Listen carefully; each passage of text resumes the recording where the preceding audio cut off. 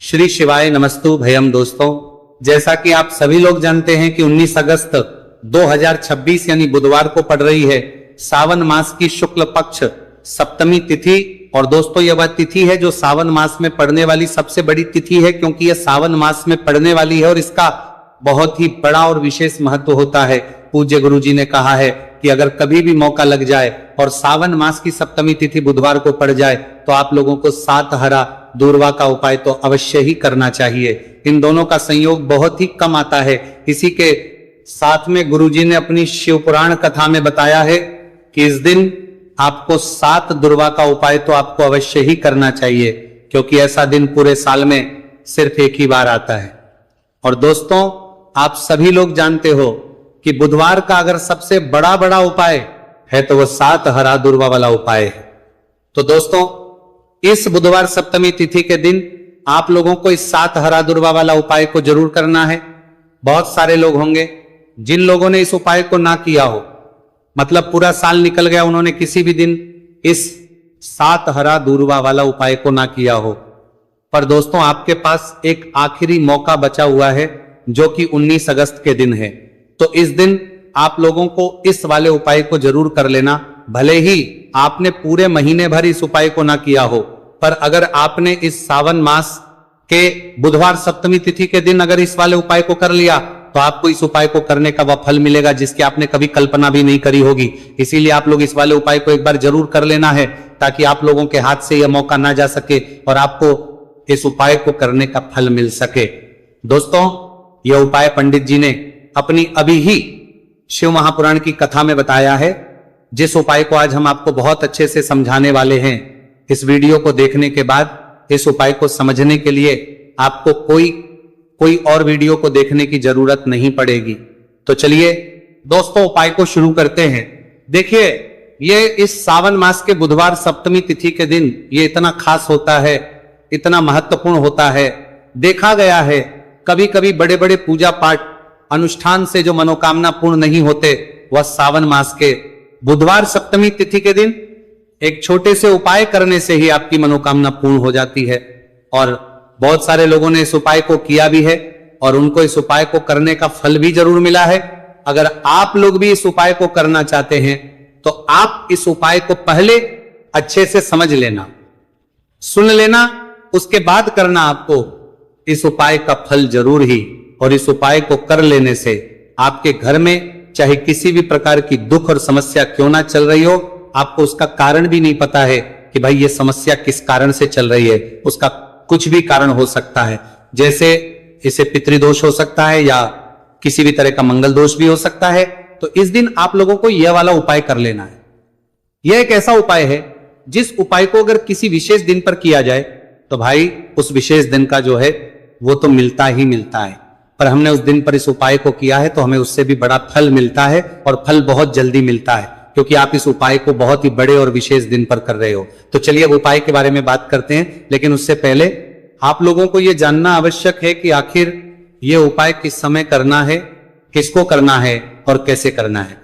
तो चलिए हम आगे आपको वीडियो में एक एक करके बता देते हैं। उससे पहले अगर आप लोग हमारे चैनल पर पहली बार हैं तो हमारे चैनल को सब्सक्राइब करना ना भूलें, और अगर आपके पास कोई सवाल है तो आप हमें कमेंट बॉक्स में बता सकते हैं। और अगर आपको हमारा वीडियो पसंद आया है तो आप हमें लाइक और शेयर करना ना भूलें। और अगर आपको हमारे चैनल की जानकारी चाहिए तो आप हमें फॉलो कर सकते हैं। और अगर आपके पास कोई प्रश्न है तो आप हमें कमेंट बॉक्स में बता सकते हैं। पहली बार आए हैं या फिर मेरी आवाज आज पहली बार सुन रहे हैं तो हमारे चैनल को सब्सक्राइब जरूर कर लेना, और इस वीडियो को करके कमेंट बॉक्स में श्री शिवाय नमस्तु भयम ओम नमः शिवाय जरूर टाइप कर देना।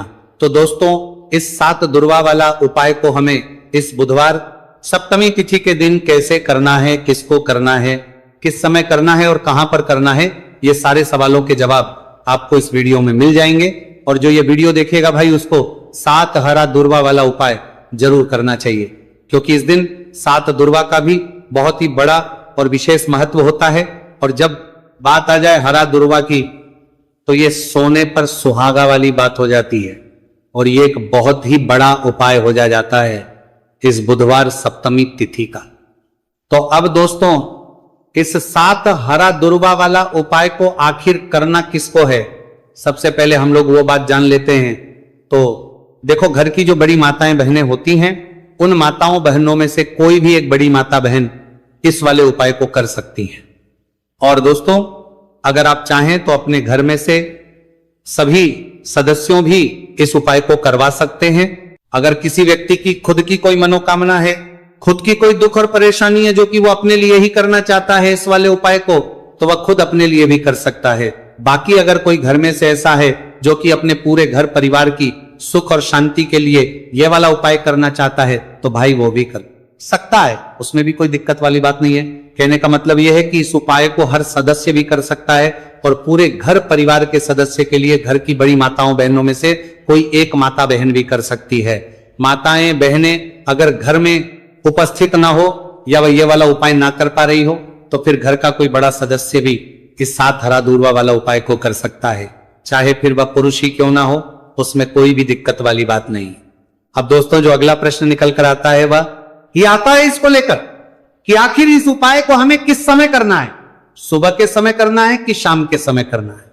तो देखो, इस वाले उपाय को आप लोग सुबह के समय भी कर सकते हो और शाम के समय प्रदोष काल में भी कर सकते हो।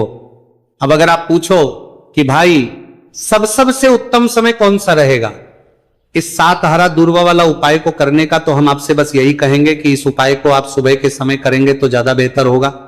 बाकी अगर प्रदोष काल के समय भी करेंगे तो भी अच्छा होगा, उसमें कोई भी दिक्कत वाली बात नहीं। तो अब दोस्तों, जो अगली सबसे बड़ी और महत्वपूर्ण बात आती है वह यह आती है कि सुबह अगर हम उपाय को करेंगे तो हमें कितने बजे से लेकर कितने बजे तक के बीच में करना है, और शाम के समय प्रदोष काल में करेंगे तो हमें कितने बजे से लेकर कितने बजे के बीच में करना है। तो देखो, सुबह जितनी जल्दी हो सके आप उपाय को करने की कोशिश करना। बाकी अगर कारणवश लेट भी हो जाओ, थोड़ी देर भी हो जाए, तो 10 या 11 बजे तक भी आप उपाय कर लेना, पर 12 बजे से ज्यादा देरी ना हो। ठीक है, इस बात का ध्यान रखना। उसके बाद में दोस्तों, अगर शाम के समय प्रदोष काल की बात करें, प्रदोष काल का जो समय है होता है वो शाम के 6 बजे से शुरू हो जाता है। मतलब शाम के 6 बजे से लेकर शाम के 6 बजे से रात के 8 बजे के बीच का जो समय होता है, यह समय प्रदोष काल का समय होता है। तो इस उपाय को 7 या 8 बजे के बीच में भी कर सकते हो, मैं आप कभी भी इस वाले उपाय को कर सकते हो, उसमें कोई भी दिक्कत वाली बात नहीं है। तो सावन मास का महीना ही है जो आपको धन दौलत पुण्य दोनों ही देने वाला है। सावन मास के महीने में तुलसी का पूजन करके, श्री हरि विष्णु से जुड़े हुए कुछ उपाय करके आप अपने जीवन की निर्धनता, धन से जुड़ी समस्याएं, कर्जे से जुड़ी समस्याओं को हमेशा के लिए दूर कर सकते हैं। दोनों को, भगवान विष्णु को तुलसी अति प्रिय है, इसलिए उनकी पूजा में भी विशेष रूप से हम तुलसी का उपयोग करते हैं। और बिना तुलसी दल के, बिना तुलसी मैया के श्री हरि विष्णु की पूजा और उनका भोग दोनों ही अधूरे होते हैं। इसीलिए सावन मास के महीने में ऐसा उपाय आपको बताने वाले हैं जिसे करने से श्री हरि विष्णु की असीम कृपा आपको मिलेगी और मां तुलसी से ऐसा आशीर्वाद मिलेगा, जीवन का हर दुख, हर कष्ट, गरीबी, निर्धनता, कर्जे से जुड़ी समस्याएं, सब कुछ ही आपके जीवन से दूर हो जाएगा और सुख, समृद्धि, धन, वैभव, ऐश्वर्य, सब कुछ आपको अपने जीवन में आसानी से मिलने लगेगा। तो चलिए बात कर लेते हैं कि कौन सा उपाय है, तुलसी के पौधे में कौन सी चीज आपको रखनी है और इस उपाय को किस समय करना है। देखिए, सबसे पहले तो आपको बता दे कि अगर आपके घर में तुलसी का पौधा नहीं है तो सावन मास के महीने में एक तुलसी का पौधा अपने घर में लाकर जरूर लगाए, क्योंकि सावन मास के महीने में जो लोग अपने घर में तुलसी जी का पौधा लाकर लगाते हैं, मां तुलसी का पूजन करते हैं, कभी भी मां तुलसी उनके घर में निर्धनता नहीं रुकने देती, हमेशा उनके घर में धन की वृद्धि होती है, धन की वर्षा होती है।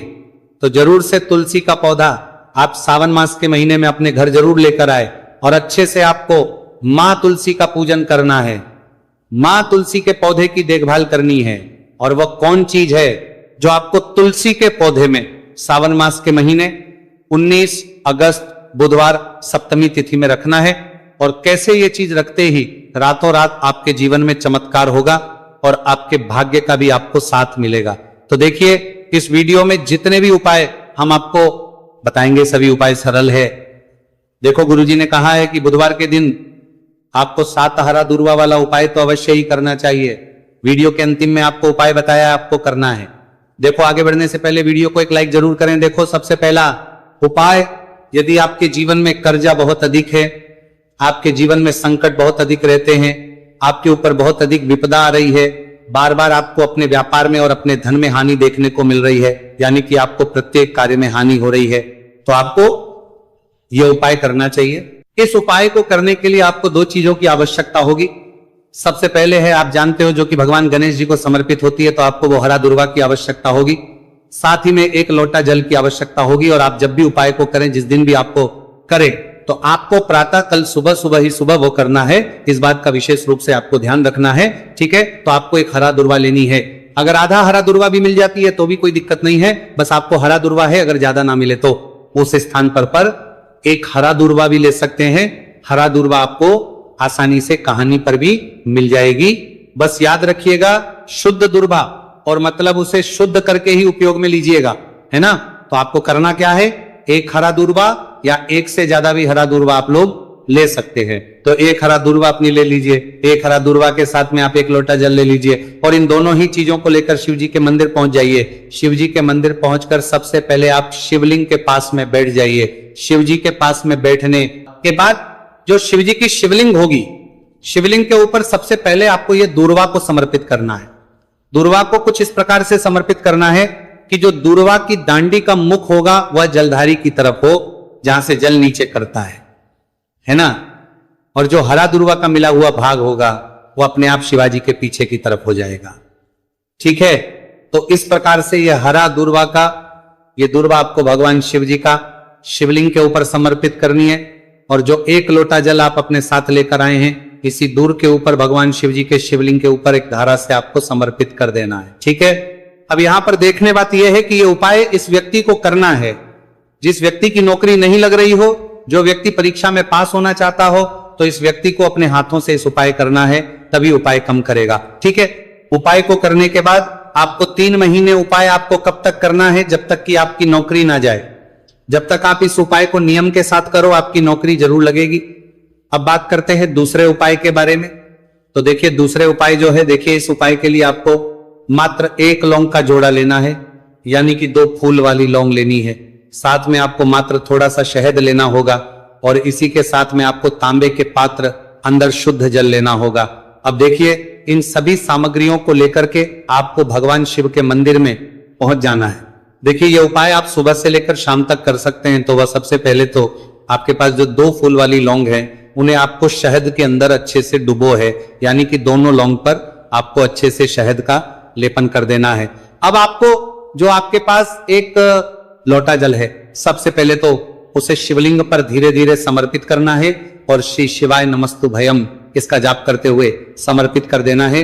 अब आपके पास जो 2 फूल वाली लौंग है शहद से, उसे आपको शिवलिंग पर अर्पित करना है, और आपको प्रार्थना करनी है कि जीवन में जो रोग की स्थिति है वह समाप्त हो, जीवन के जो संकट और समस्याएं हैं वह सभी समाप्त हो, जीवन से जो कर्ज की समस्या है वह समाप्त हो। इस प्रकार से प्रार्थना करते हुए ये जो 2 फूल वाली लौंग ही शहद संयुक्त, इस आपको शिवलिंग पर अर्पित कर देनी है।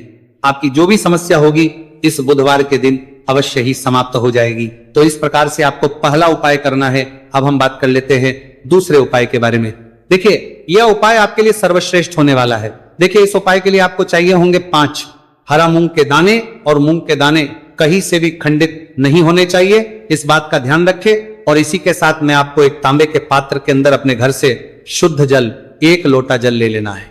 अब दोस्तों, इन सभी सामग्रियों को लेकर के आपको सीधे पहुंच जाना है भगवान शिव के मंदिर में। देखिए, इस उपाय को भी आप सुबह भी कर सकते हैं और शाम के समय में भी कर सकते हैं। देखिए, भगवान शिव के मंदिर में पहुंचने के बाद आपके पास जो 5 हरे मूंग हैं, उनमें से पहला जो हरा मूंग है, आपको शिवलिंग के सामने जो नंदी महाराज होते हैं और उनका जो पैर उठा हुआ होता है, वहां पर आपको पहला हरा मूंग समर्पित करते हैं, और आपको श्री शिवाय नमस्तु भयम इसका जाप कर लेना है। फिर आपको दूसरा हरा मूंग लेना है, और शिवलिंग पर जो श्री गणेश जी वाला स्थान होता है, वहां पर आपको यह दूसरा हरा मूंग समर्पित कर देना है, यानी कि शिवलिंग के सीधे तरफ आपको यह दूसरा हरा मूंग समर्पित करना है। और फिर आपको ओम गण गणपते नमः या फिर ओम श्री गणेशाय नमः इसका जाप कर लेना है। तीसरा हरा मूंग का दाना आपको भगवान शिव की सबसे प्रिय पुत्री माता अशोक सुंदरी वाले स्थान पर समर्पित करना। शिवलिंग की जो जलाधारी होती है, जहां से जल बह करके आता है, उसी जलाधारी के बीच में जो कहीं कहीं उठी हुई लाइन होती है सांप की आकृति के रूप में, वहीं पर आपको तीसरा हरा मूंग समर्पित करना है और फिर आपको ओम नमः शिवाय इसका जाप कर लेना है। अब दोस्तों चौथा जो हरा मूंग है उसे आपको भगवान कार्तिकेय जी का जो स्थान होता है शिवलिंग पर, वहां पर आपको ये चौथा हरा मूंग का दाना समर्पित कर देना है और आप ओम नमः शिवाय इसका जाप कर लेना है। अब दोस्तों आपके पास जो पांचवा और अंतिम हरा मूंग बचा हुआ है उससे आपको उससे जल के पात्र के अंदर डाल देना है और इस हरे मूंग से युक्त जल से आपको भगवान शिव के शिवलिंग का अभिषेक कर देना है। जल आपको बिल्कुल धीरे धीरे समर्पित करते जाना है और लगातार आपको शिव महापुराण के मूल श्री शिवाय नमस्तु भयम इसका जाप करते रहना है। फिर आपको शिवलिंग के आगे बैठकर, यदि आप अपने बच्चों के लिए ये उपाय कर रहे हैं, यदि आप अपने बच्चों की बुद्धि ज्ञान और विवेक के लिए उपाय कर रहे हैं तो उसके लिए आपको प्रार्थना कर लेनी है, या फिर व्यापार में वृद्धि करने के लिए ये उपाय कर रहे हैं तो उसकी कामना करते हुए आपको प्रार्थना कर लेनी है, या फिर अपनी नौकरी के लिए कर रहे हैं, या फिर अपने इंटरव्यू के लिए, या फिर धन की प्राप्ति के लिए कर रहे हैं, जिस भी कामना के लिए आप उपाय कर रहे हैं उसे परिपूर्ण करने के आपको महादेव से प्रार्थना कर लेनी है और फिर आपको वापस अपने घर आ जाना है। पूज्य गुरु जी ने कहा है कि जो भी व्यक्ति इस उपाय को कर लेता है तो यकीन मानिए आपके जीवन की जो सारे संकट, कष्ट और बाधाएं वह सभी समाप्त होंगे। अब हम बात करते हैं अगले उपाय की। इस उपाय के लिए आपको एक दीपक लेना है। दीपक आप मिट्टी का भी ले सकते हैं और शुद्ध आटा मढ़कर उसका दीपक भी आप तैयार कर सकते हैं। अंदर गोल बाती का प्रयोग करना है और दीपक के अंदर आपको शुद्ध घी का प्रयोग करना है। इसी के साथ में आपको मात्र एक फूल वाली लौंग लेनी होगी। अब ये एक दीपक और एक फूल वाली लौंग लेकर के सीधा आपको पहुंचना होगा बरगद के वृक्ष के। वहां पर देखिए सबसे पहले तो आपके पास जो एक फूल वाली लौंग है उससे आपको बरगद के वृक्ष की जड़ में समर्पित करना है। देखिए अगर आपके जीवन में कोई भी बड़ा संकट आने वाला है, कोई बड़ा कष्ट आने वाला, तो वह इस उपाय के माध्यम से दूर होने वाला है। महादेव की विशेष कृपा रहेगी कि जो भी संकट आपके जीवन में आने वाला होगा वह भी दूर हो जाएगा। तो आपको एक लौंग समर्पित करनी है बरगद के वृक्ष की जड़ में और वहीं पर आपको जो है गोल बाती वाला दीपक जो आप लेकर के गए हैं उससे भी वहां पर प्रज्वलित कर देना है। वटकेश्वर महादेव का स्मरण करते हुए देखिए जब भी आपको जीवन में इस साल लगने लगे कि आपके जीवन में कुछ भी अच्छा नहीं चल रहा है, तब भी आपको इस उपाय करना है। तो इस प्रकार से आपको यह उपाय करना है। अब हम जान लेते हैं चौथे विशेष उपाय के बारे में। देखें यदि आपके विवाह में, शादी में कोई भी समस्या आ रही है, यदि आपका जो कर्ज है वो दिन पर दिन बढ़ते ही जा रहा है, तो आपको यह चमत्कारी उपाय करना चाहिए। कोई भी समस्या अगर जीवन में है तो उसे दूर करने के लिए आपको इस उपाय करना चाहिए। मंगल दोष से जुड़ी हुई समस्या भी है तब आपको यह उपाय करना चाहिए। देखिए इस उपाय के लिए आपको एक तांबे के पात्र के अंदर अपने घर से शुद्ध जल लेना है और इसी के साथ में आपको एक चुटकी लाल चंदन लेना होगा। अब आपको क्या करना है कि जो लाल चंदन आपने लिया है उसे आपको उससे जल के पात्र के अंदर डाल देना है और ये जल जो है आपको लाल चंदन से युक्त तैयार कर लेना है और ये लाल चंदन से युक्त जल आपको भगवान शिव के मंदिर में लेकर के पहुंचना है। लेकिन उपाय भी आप सुबह से लेकर के शाम तक कर सकते हैं। अब दोस्तों ये जो लाल चंदन से युक्त जल है इससे आपको भगवान शिव के शिवलिंग पर धीरे धीरे अर्पित कर देना है और आपको लगातार श्री शिवाय नमस्तु भयम इसका जाप करते रहना है। देखिए यदि आपके जीवन में विवाह से जुड़ी समस्या चल रही है तो आपको मंगलेश्वर महादेव का स्मरण करना है और जीवन में अधिक कर्ज की समस्या है तो आपको आर्यन मुक्तेश्वर महादेव का